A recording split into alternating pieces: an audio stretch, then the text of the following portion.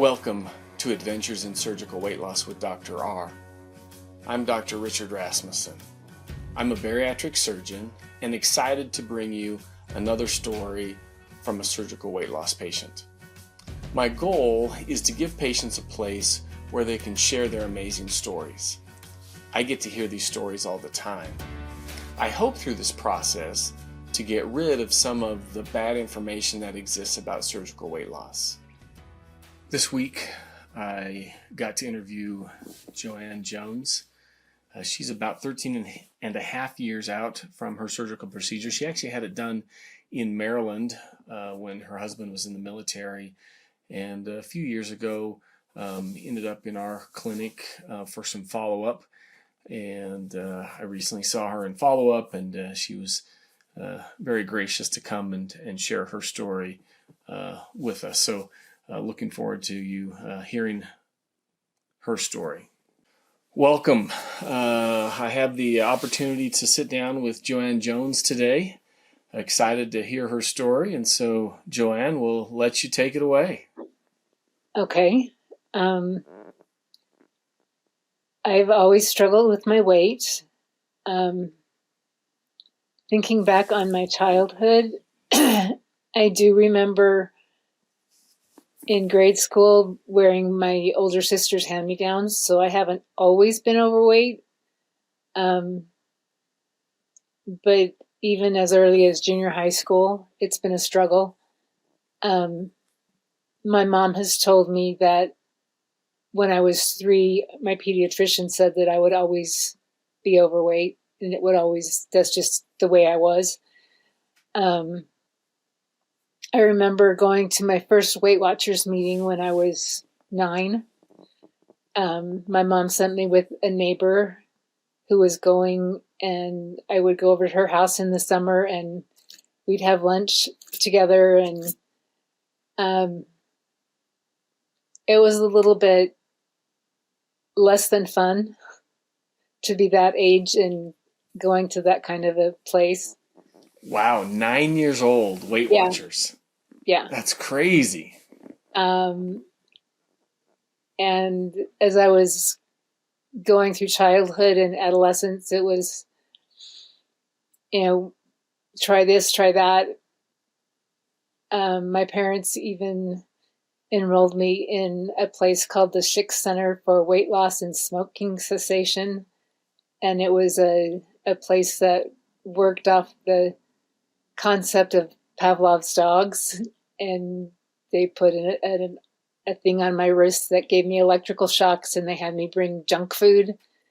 And they didn't let me swallow it, but they had me chew it, and they would shock me as I was chewing it and tell me all these gross things about it to make it an aversion to me so that I wouldn't want it. Wow. Yeah, it was pretty horrendous. Wow. And that lasted for about a month. I went twice a week for about a month. And when my parents picked me up one day, they noticed how badly reddened my wrist was. And they were like, yeah, this is done. This is not going to happen. So, I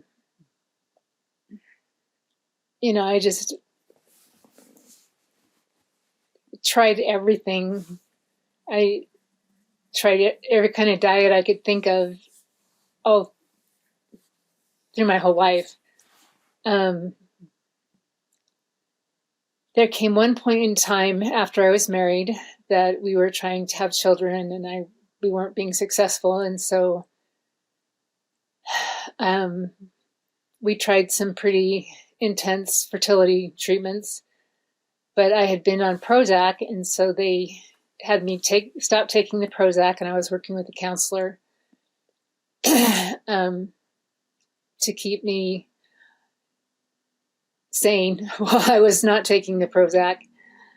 And I ended up in a psych ward in the hospital for a couple of weeks. And when I came out, I was on some pretty heavy duty psych meds, and that kind of ended the fertility work. And I think that's when I gained the most weight. On the psych meds? on the second, well, before and after I went in the hospital, because I was eating so much for all the wrong reasons. And I would, my husband would go to work and I'd make a batch of chocolate chip cookies and put them in the back of the freezer so he didn't know that I'd made them. And he'd never know I made them, and they'd be gone in a week. And my chocolate chip cookie recipe makes like almost 100 cookies. Oh, wow. Yeah. And I'd go grocery shopping and buy the Nestle chocolate chip cookie dough that you just slice and cook, and I would just eat it raw. And so I put on weight really fast. And at that point in time, when I reached my highest weight, I was close to 500 pounds. And what was life like at that point for you? I mean, being 500 pounds, what was life like? It was horrible. It was like, I was wearing, I couldn't find pants that fit, so I was wearing sweats all the time. And I was buying men's size 5X sweats because they didn't make women's big enough. I had to shop in, obviously, specialty clothing stores for big women. And I didn't even bother looking at anything less than a 4 or 5X. And then it was still hard to find clothes to fit.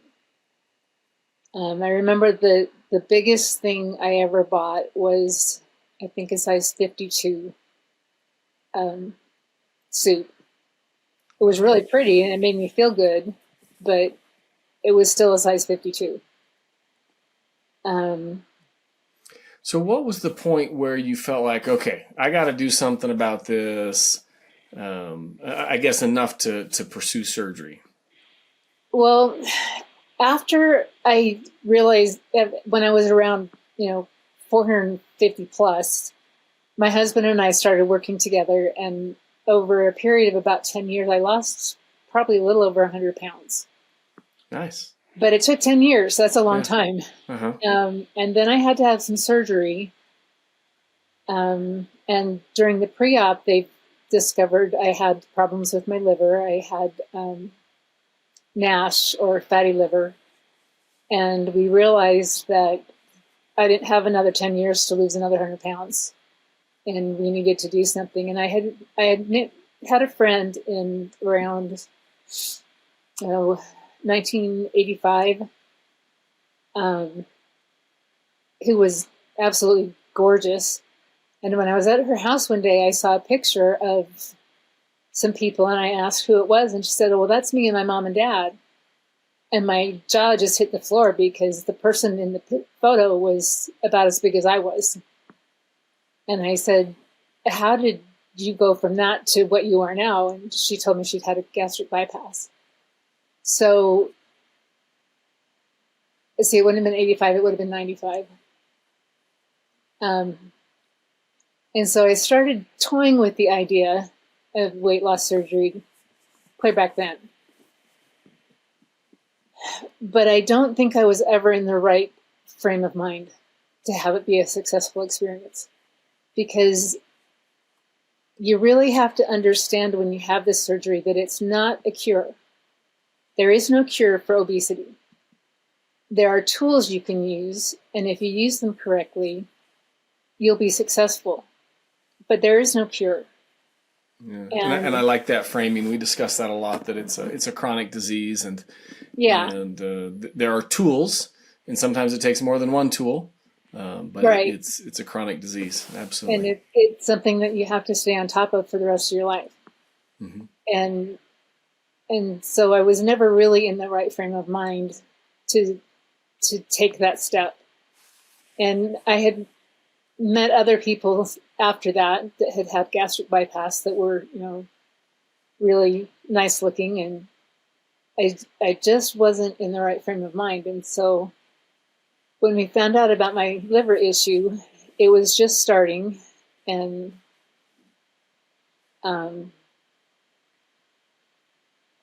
I had to get real about it.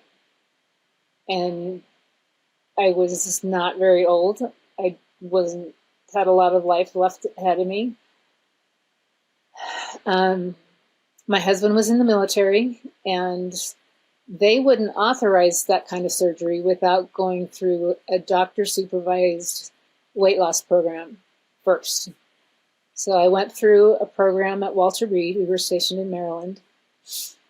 And they had a program at Walter Reed that was a year long. And I went through that program and lost a significant amount of weight.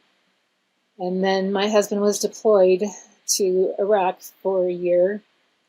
And I came home with my son, that we had an adopted son. And he and I came home to Utah and lived with my parents while my husband was gone. And during that year, I gained a lot of that weight back. And was very discouraged. And it was like, what good does it do for me to go through a doctor-supervised weight loss program if I can't keep it off? There's got to be something else that I can do. And it was after that I had to have this surgery, and we found out about the liver problems. And so my husband and I just kind of looked at each other and said, maybe it's time to go for something drastic. So you had considered surgery, you started the medical weight loss, then you had this other operation, they find out the issue with the liver, right? And that kind of just added more fuel to the fire, so to speak. Yeah, well, at that point, I was, 1 foot in the grave, and I have a lot of other health issues, probably because was so overweight for so long. I'm sure that didn't help. It may not have caused the other health problems, but it didn't help my overall fitness either. So I had some, I knew some people that had the surgery were at that point in time, and talked to some people, and thought, I'm just going to go see if I can qualify. And I did, and the surgery, what am I trying to say? The military was going to pay for it. And at that time, they were doing 3 different types of weight loss surgery. They were doing the lap band still, and the sleeve, and the full Roux-en-Y bypass. And this would have been about 2010, 2011? Yeah, it was 2010. I had my surgery on November 1st, 2010. Okay. And they said, you can choose which one you want. If you do the lap band or the sleeve and then want to go ahead and do the full Roux-en-Y, you can always do that later. And I thought, the military is only going to pay for it once. And if I'm going to do it, I'm just going to do it. And there was a lot of counseling, and had to go to a lot of meetings with the surgeon. And in his program, you have to go to some meetings. And really, the surgeon I had in Maryland was really good in preparing you for it beforehand, and having you work with a nutritionist, and really getting you in the right mindset, which I was really grateful for. And afterwards, I started working with a counselor. And for the first time in my life, I was diagnosed with chronic depression in 1995. And I'd been on Prozac ever since.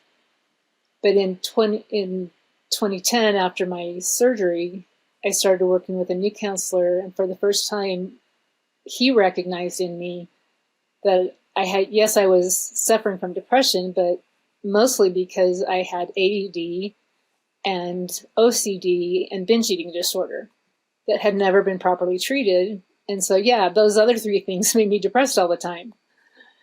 And he himself had binge eating disorder. And that was the main emphasis of his practice, was helping people with binge eating disorder. And I learned so much from him about the disorder, and about learning how to recognize the difference between physical hunger and emotional hunger, or he called it real hunger and head hunger. And just learning to know to be able to recognize the difference between those two things was huge for me. And even now, this far out, I worked with him for about 4 years, and then we moved from Maryland. But he stayed in my head for a long time. and I would, sometimes my husband would say, well, in a good way, right? Yeah, in a good way. My husband would say, well, what would Drew tell you to do? If you had a session with Drew, what would he say? And it's like, well, I know he would say this, this, and this. And so that stuck with me for a long time. And the one thing I did have to learn after my bypass is that with binge eating disorder, before my surgery, it was really easy to know when I was binging because I could sit down and eat a big bag of Oreo cookies and a quart of ice cream and a full loaf of bread and butter in like half an hour. That's a lot of calories. That is. You can't do that after you have a gastric bypass. It's just not possible. But you still binge. It just looks like grazing, only what you're grazing on isn't healthy food. And so I had to learn how to recognize that. And it's all about food choices. Mm-hmm. And am I eating nutritious food that's going to help me be healthy, or am I eating a lot of sugar and salt and fat, which isn't going to make me healthy? It's going to satisfy my binge eating need, but it's not going to be good for me, and I'm going to regret it. Yeah. And he really helped me understand the two difference. That's great. And one of the analogies I like to use is a race car, right? You wouldn't put unleaded fuel in a race car, right? You're not going to get a very good outcome. Right. You'll use a premium fuel, and so our bodies are premium machines, and we need to do the best at fueling them. Right. And if you spend your time snacking on M&Ms, you're not going to be very happy with yourself. How much did you weigh when you had surgery? I can't remember for sure, but it was around 360 or 370. Okay. And now I'm around 155. Okay. And what's your low been? Is your low been any lower than this? At one point I did drop just below 150, but not much. Okay. And so from surgery, over 200 pounds. Yeah. And from your high, 300 plus, 320, maybe even close to 350. Yeah. Wow. Yeah. That's amazing. It's huge.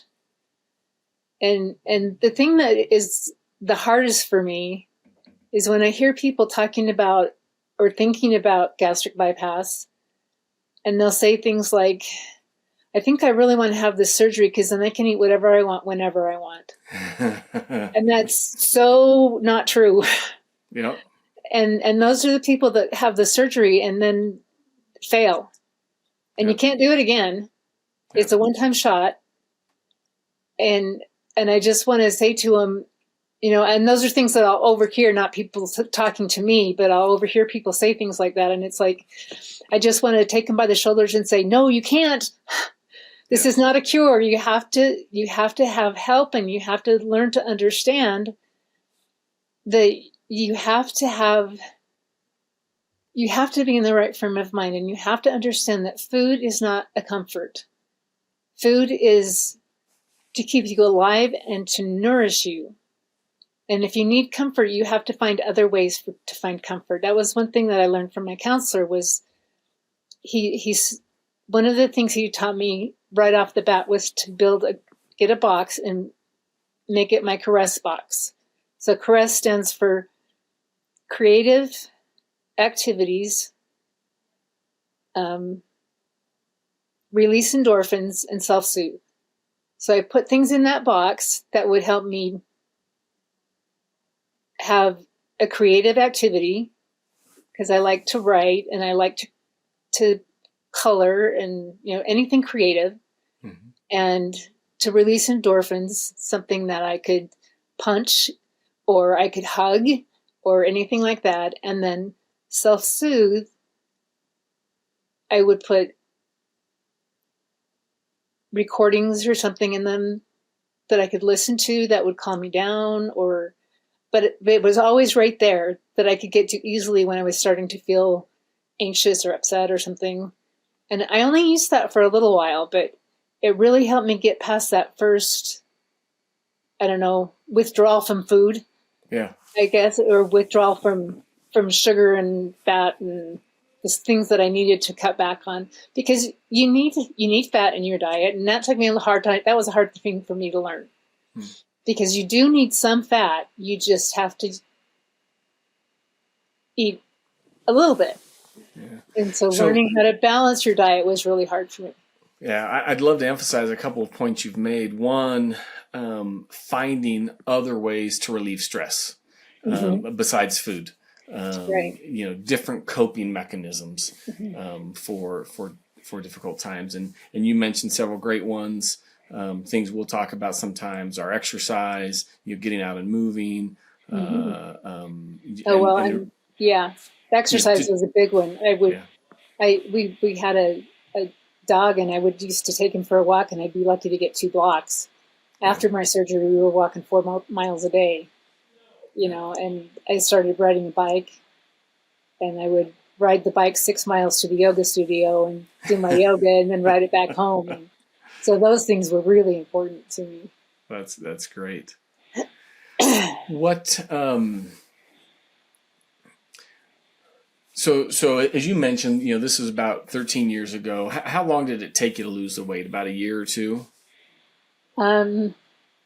Actually, I lost the last 50 pounds within the last 2 years. Oh. So I hit a point at about 220 that I stuck at for probably 6 or 7 years. Yeah. And then we moved here, and I'm not sure why, but probably because I was back in Utah where I grew up, and my husband was retired, and things were kind of a little bit different in our family dynamic, and I just dropped those last 50 pounds, and it was like, how'd that happen? But the first weight loss, I had my surgery November 1st, and we knew that my husband had to be around for at least 6 weeks. And 6 weeks and 1 day after my surgery, he got deployed. Oh, wow. And when he came home 6 months later, I went to pick him up at the airport, and he had to do a triple take because he didn't recognize me. Because I lost so much weight in those first 6 months, which was kind of fun. Yeah, that's great. And then for the first probably 2 years, I was walking 4 miles every day and riding the bike and doing all those things. And then I got Charcot foot, and it was 6 months no weight bearing and a year in a Charcot boot. And so that really slowed things down. And because I couldn't get the exercise I was used to getting. And so it was hard after that to really get back in the routine. Wow. A couple things you said were interesting to me. One is, that you kind of got down to 220 and sat there for a while. If we look at your overall weight loss, you've been fabulously successful. Statistically, most people aren't going to have that same success. They're not going to drop that much weight. And your 220 weight is probably more realistic. I mean, just again, statistically, if you look at, averages of where people land. Right. But a couple of things I think you've brought up is that, by making changes in how you live your life and how you eat and being conscious of it all the time, I mean, that's, I would say, probably why you've continued to do well, and probably even got to that point you lost the additional weight, is because you've continued to focus on it, versus some people will get 3, 4, 5 years into it, and then it's kind of like, I did all that hard work, and then they kind of start slipping back into some old habits, and they get the opposite effect. They start having weight come back on. So kudos to you for all that hard work. And I think one of the things that I've done that has been the most significant is that my friend that I met in 1995 that had lost so much weight, one thing that I noticed about her was that, it's so important after a bypass to always have water. You have to sip constantly to stay hydrated. And she always sipped sodas. Mm. And when I lived near her and we were really good friends, she was starting to gain some of her weight back. And when I was looking into surgery and working with Dr. Averbach, one of the things that he insisted on was that you have to agree not to have carbonated beverages after your bypass. And then I thought about my friend and I thought, she had sodas all the time. And I thought, but she was struggling to keep the weight off. And I thought, and he had told me that the quickest way to undo the effect of a bypass is to drink carbonated beverages because it's what stretches the pouch back out. And so I was determined, and I was living on Diet Dr. Pepper by like gallons a day because I didn't know I was narcoleptic. Mm. So I was drinking it for the caffeine just to stay awake to get through the day at work. And I mean, I had a 64-ounce mug. 64 ounces is how much water you're supposed to drink in a day. I would stop at the gas station when I left home to go to work and fill it with Diet Dr. Pepper. I would drink it all. And then back east, you get the plastic bottles of soda in 24-ounce bottles, not 20-ounce bottles. I would buy it when it was on sale, and I would go through at least 1.5 6-packs, so 9 to 12 bottles, 24-ounce bottles during my workday. And then I would stop on my way home and refill my 64-ounce mug. Wow. Every day. Wow. That's but amazing. I swore to myself that after my surgery, I would never have carbonation again. And I haven't. Oh, that's impressive. That is awesome. I've had a taste of my husband's now and then, or my son's, but I have not had one in 13 and a half years. Wow, that's amazing. It's very interesting. We recommend the same thing in our program. No soda, and there's some concern that it could distend up the pouch. There's also observational data that people who drink soda weigh more than those who don't, even if it's diet soda. There's some loose scientific data that there's something in the components of that will increase your insulin and can lead to weight gain. But if you look at kind of what is the different studies that are trying to say what are the food things in our lives that are causing weight gain, soda usually is at the top of that. Right. So that is a very key component. What was there any point in all of this after surgery where it was very, very difficult, or some point where you said, wow, why did I do this? What am I doing? Did you ever come across that? After surgery? After surgery. No. Good. No, I would do it again in a heartbeat. Awesome. I wish I would have done it sooner. But like I said, mentally, I was not in the right frame of mind. And it is so important to be ready and be where you can make the commitment, because it's a lifetime commitment. You can't go into it and say, I'm going to go do this and lose this weight and then I don't have to do it anymore. Yeah. Because it's a life-changing experience. But it changes your life in a good way.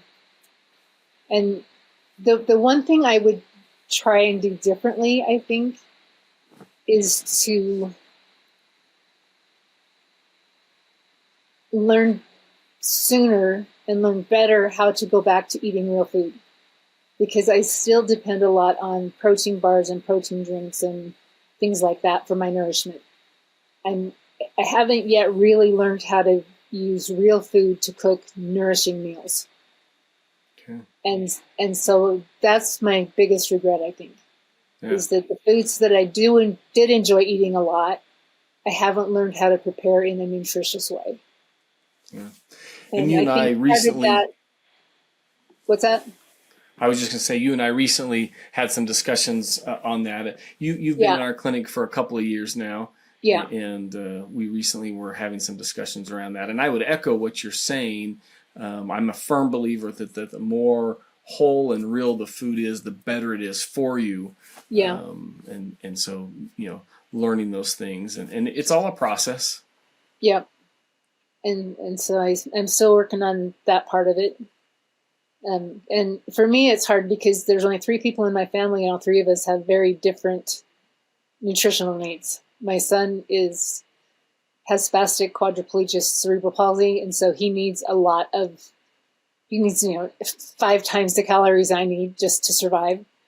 And my husband is just normal. He just needs a normal diet, and then I have my issues, so that I need a more lean, healthy diet, and so it makes it really hard. I have to cook 3 meals for every meal. Wow. But I just haven't figured out how to do it all yet, so we're working on it. Well, and that's actually I actually love that statement, because you're 13 years into this saying, I still haven't figured it out, but I'm working on it.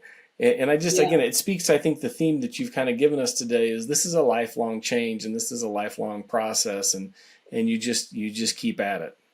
But life is a lifelong process. That's true. Everything we do is, and if we can't live our lives and enjoy it, what's the point? We need to be able to enjoy what we're doing. And when my husband retired from the military and we moved here, we've always wanted to have a property where we could have a big garden and fruit trees and be as self-sufficient as we can. And we have that here. We have 2/3 of an acre, and it came with an orchard already established and a great big garden plot. And it hadn't been looked after properly for a while, so we're just slowly getting each area going. But it's been so much fun to have all this space and be able to go out and learn how to properly prune fruit trees and how to bring in the harvest and preserve it. And it's just made life. I mean, I never could have done that at 500 pounds. Yeah. And even with the health problems that I have now, I can't do a lot of it for very long. I have to really listen to my body. That's the one thing I've really learned, is I have to listen to what my body's telling me, because if I overdo, then my fibro is going to flare up, or whatever else that's going on is going to set me back. But it makes life a real joy, because I can actually walk from the front of the property to the back of the property and not be tired. Oh, that's awesome. Where 13 years ago I wouldn't have been able to. So a good non-scale victory. Yeah. That's great. Any advice to someone considering weight loss surgery? How would you counsel them? How would you advise them?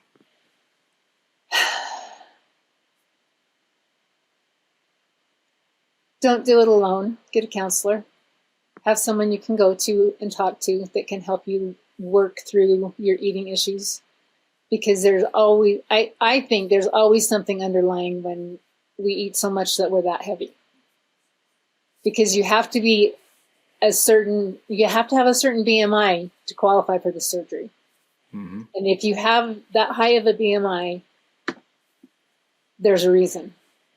And you need to have, I think, someone help you work through whatever's causing you to eat the wrong things or too much of whatever you're eating, and prepare you to change your habits, and especially right after, for the first couple of years, before and after, to help prepare you to get you in the right mindset. I think that's huge. Even if you don't have binge eating disorder like I do, and that made it really important for me. But when we eat food for comfort, it's hard not to do that without help.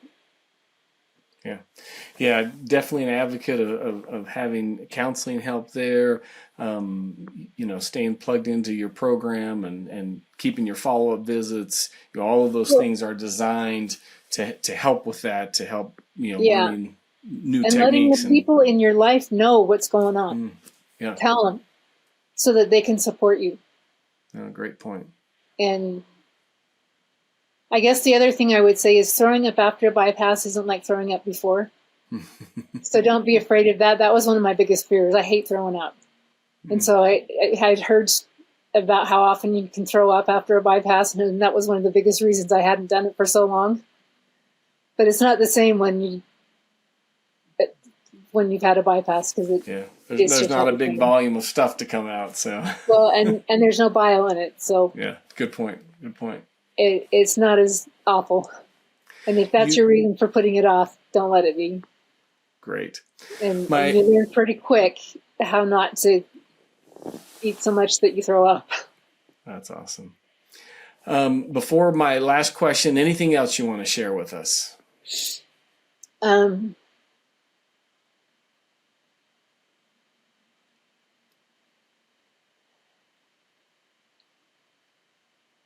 Why stay overweight when you don't have to? If you can get some help for your brain and get in the right frame of mind, let the doctors help you.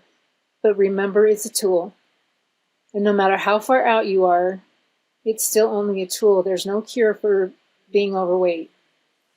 It's something that you have to be diligent on every day of your life, just like any other chronic disease, just like fibromyalgia. I have to listen to my body every day and not overdo, or I'm going to spend the next 4 days in bed. And my weight is the same thing.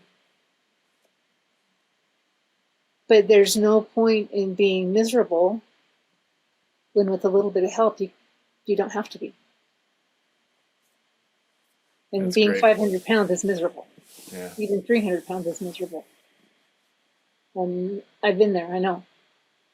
Great advice. Thank you. So my final question, and you've already you answered this previously, but I'll let you answer it again. If you had to do it all over again, would you do it again? In a heartbeat. Definitely. I wish I had done it sooner. I wish I had been in the right frame of mind 15 years earlier. But the right frame of mind is the key. You have to be mentally ready. And I think to that point, you've done really well because you were in that right place, and it's allowed you to, or helped you to do really well. And if you're not, and you start down the road and you gain that weight back, it's a lot harder at that point. So. Yeah, and the roller coaster of dieting and losing and gaining and losing and gaining is just not fun. Yeah, definitely. Well, Joanne, it's been a pleasure to chat with you. Thank you very much for sharing your story with us. You're welcome. I've really appreciated hearing more of the details today. Thank you again to Joanne Jones. What a great story. I think she gave us a lot of advice on getting in the right headspace and figuring out your difference between head hunger and real hunger, and how that can help out, and the need for long-term changes to have long-term success. So thanks again, Joanne, and we'll see you next time. Please take a moment to subscribe, rate, and review our podcast. It will help us reach more people with these amazing stories. I also have a YouTube channel where you can see this video, as well as several other videos about surgical weight loss, general surgery, and robotic surgery. Join us next time for another amazing story.